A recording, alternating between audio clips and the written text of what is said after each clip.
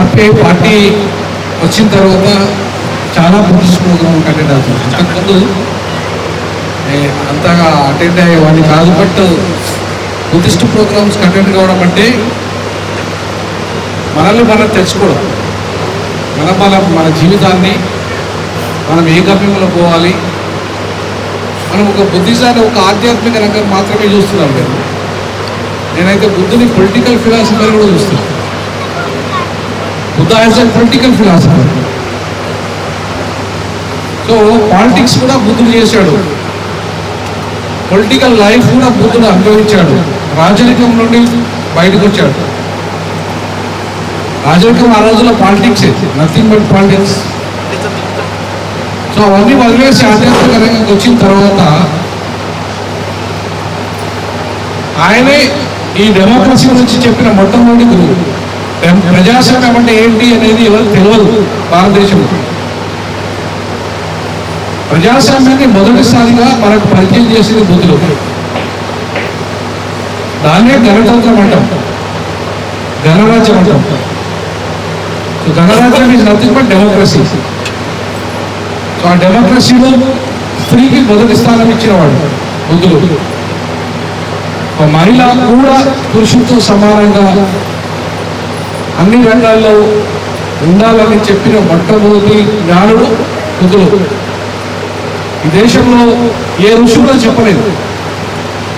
ఏ ఋషి అయినా కూడా కార్యేషు దాసి కరణేషు మంత్రి భోజేషు మాత శయనేషు రంభ అన్నాడు. అంటే స్త్రీ ఎప్పుడు కూడా పురుషుడికి సేవ చేస్తూ ఉండాలి, పిల్లల్ని అంటూ ఉండాలి, లేదంటే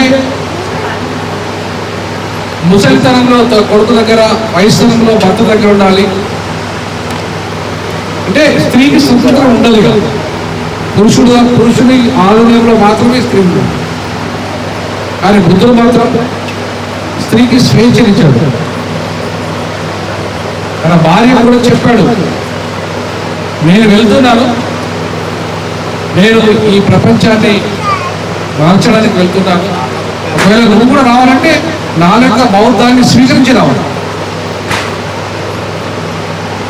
అంటే మహిళలకు కూడా స్వేచ్ఛ ఉంది. అంటే భర్త ఒక్కడే కాదు, ఇక్కడ భార్య కూడా నువ్వు మతాన్ని ఆచరించవచ్చు, నువ్వు రాజకీయాలు చేయొచ్చు, నువ్వు ఉద్యోగం చేయొచ్చు, నువ్వు అన్ని రకాల సమానత్వాన్ని అనుభవించే ధర్మం ఏదైనా ఉందంటే అది బౌద్ధ ధర్మం.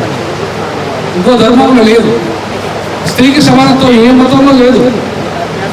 You take any religion, women is not equal with the men.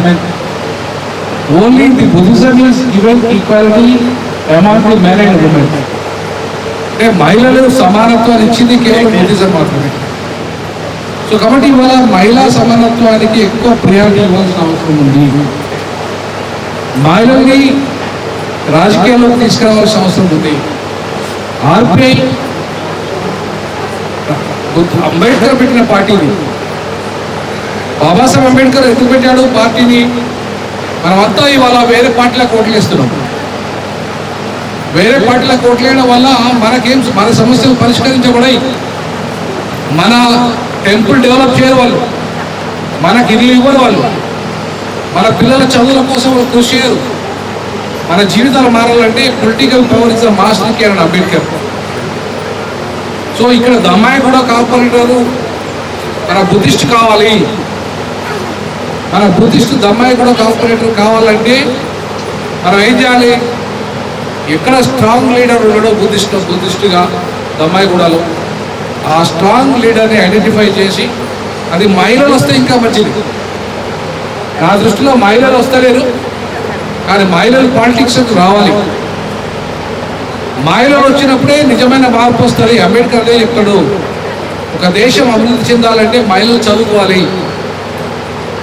ఒక దేశం అభివృద్ధి చెందిందంటే మహిళల అభివృద్ధి అయితేనే దేశం అభివృద్ధి అయినట్టు. ఒక కుటుంబం అభివృద్ధి అయిందంటే మహిళలు అభివృద్ధి చెందితేనే కుటుంబం అభివృద్ధి చెందినట్టు.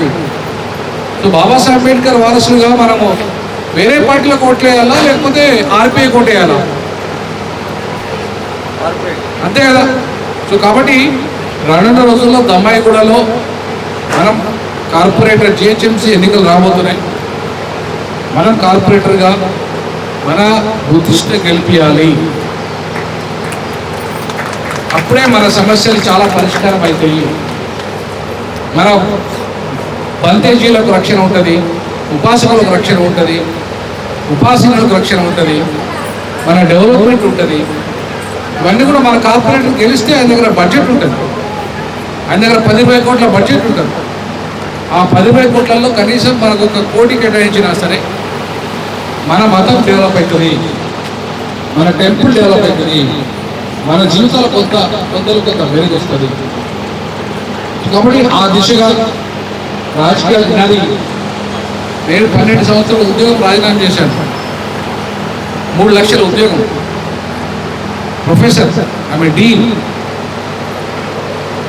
అంటే హైయెస్ట్ పొజిషన్, ఒక డిపార్ట్మెంట్లోనే హైయెస్ట్ పొజిషన్. అట్లాంటి ఉద్యోగానికి రాజీనామా చేశాను. ఎందుకు? పాలిటిక్స్ కోసం. Do politics, political power is the master కి అని అంబేద్కర్. సో ఆ మాస్టర్కి రావాలంటే మనం పాలిటిక్స్ చేయాలి. ఇప్పుడు హైందవ మతం వాళ్ళు చేస్తున్నారు, వాళ్ళు పవర్ వచ్చేస్తున్నారు. ముస్లిం వాళ్ళు చేస్తున్నారు, వాళ్ళ ప్రాంతంలో వాళ్ళు డెవలప్ చేసుకుంటున్నారు. మనం ఎందుకు చేయాలి పాలిటిక్స్? మన దమ్మాన్ని ఎందుకు డెవలప్ చేసుకోవద్దు?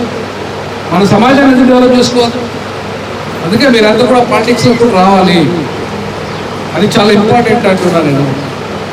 సో అందుకే దమ్మాయి కూడా ప్రజల దగ్గరికి వాళ్ళు రావడానికి కారణం ఏంటంటే, ముందు మన ప్రజలకి మనం చెప్పాలి, మనం ఎందుకు తెలియాలి, మన దమ్మం అంటే ఏంటి. మన దమ్మాన్ని ఆచరిస్తే ఒక మనిషి ఎంత స్వేచ్ఛగా ఉంటాడంటే, you are the master of your own life. నీ జీవితాన్ని మార్చేది ఎవరో దేవుడు రాడు, దయ్యం రాదు. దయ్యము దేవుడు వేరే మతాల్లో ఉండొచ్చు కాక మన మతంలో లేదు, మన దమ్మంలో లేదు.